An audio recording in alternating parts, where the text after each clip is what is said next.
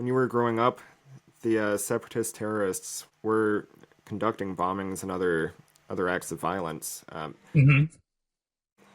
What was it like being around that during your formative years? Um, so you are a kid. I mean, let's say that you are 12, 13, 14, 16. You start going out with your friends at 17 or so. And then you realize once it's not happening, you realize that you get used to that, which is terrible. It shouldn't be there. But just, you live within an environment that makes you get used to that violence.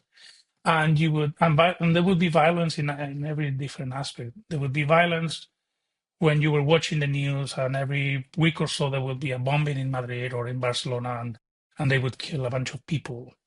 Or there would be somebody that was shot in Bilbao or San Sebastian or Pamplona, and you would listen to that and say, "Oh, another one." But so there was so much violence that I guess you get trapped. So it's interesting to think about that when there's no violence and how Would you say you horrible were that is. desensitized to it and it was just normalized? There's so much of it. And there's also a lot of fear within the environment because you don't want to speak up. I mean, if you are part of a small community and you are against that terrorism, but you know that you are surrounded by a bunch of people that support it, there's a lot of fear on that.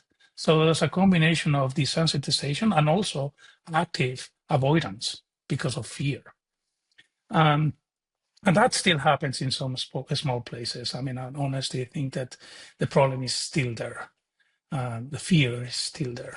So there will be many generations to pass before that is over. Yeah, so we would go out with our friends, and my friends and I, we never. I mean, the only thing we wanted to do is have some fun. Really, we were never involved on anything like that. But sometimes we would just have to run because the police was in one side and the separatists supporters were on the other side, and while they were throwing stones and the other was shooting rubber balls or so it was it was an act. I mean, it was almost it's a very violent situation that we had to live with it for many years as we were growing up. And then, I mean, there are events that I still keep in my mind because I remember when we were 13 or so, somebody from my school was killed, a kid. And I think he was a couple of years older than I was, or maybe 3 years older.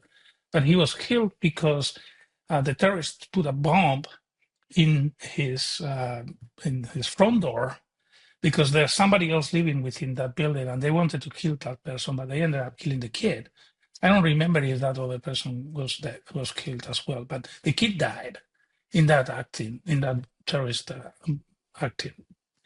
So so you live in that environment. How is it that you were able to do that? Desensitization and in some cases a fear, I think for many was a big chunk of it.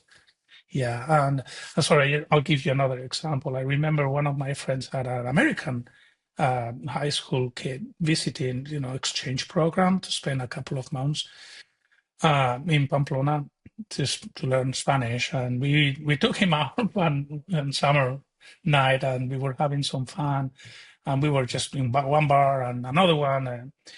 Drinking age was it's still 18, and I think it was already 18 when we were growing up, but you know, you can still go out and have a couple of beers. And that's what we were doing. And I remember getting off a bar with my friends and this kid.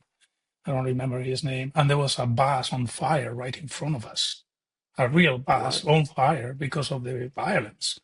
And this kid was like, what is going on here? I mean, he was really scared. And we were just, oh yeah, another one, So that's the difference. Somebody who's not exposed to it is terrified, and us, it's not that we're braver. We're not. We're just used to it. We just used to it, and it's very sad Just glad to you un- weren't on that bus. Well, they remove the people, so they want to set the bus on fire. That way, they can use it as a barricade, or basically to act, to make themselves noticeable. Yeah, it was a hard time, and everybody knows people that support the terrorists. I mean, And I honestly think that that's a problem that is going to last. Even though there's no terrorism anymore, there's enough support. Which, I mean, whatever they support with violence, I'm not going to support whatever it is. I don't care.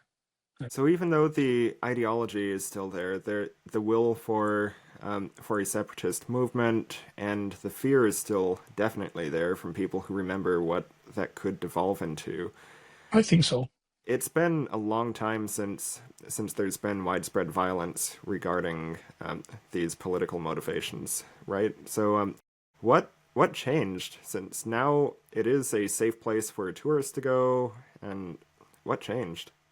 It's a safe place for a tourist to go. I think it's fear is still present in those smaller communities, those that think differently, don't want to speak up. For anyone else visiting, it's extremely safe. It's very safe.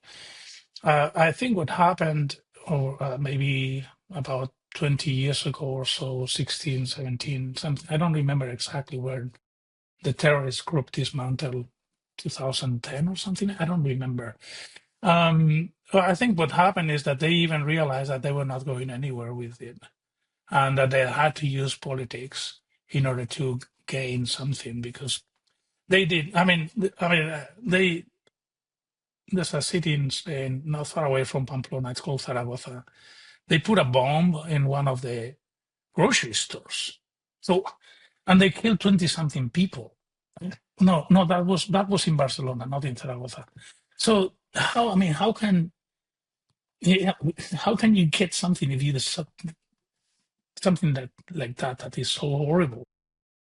So they realize, I guess they slowly realized that they were not going anywhere with it, and also police was getting really really good at catching them.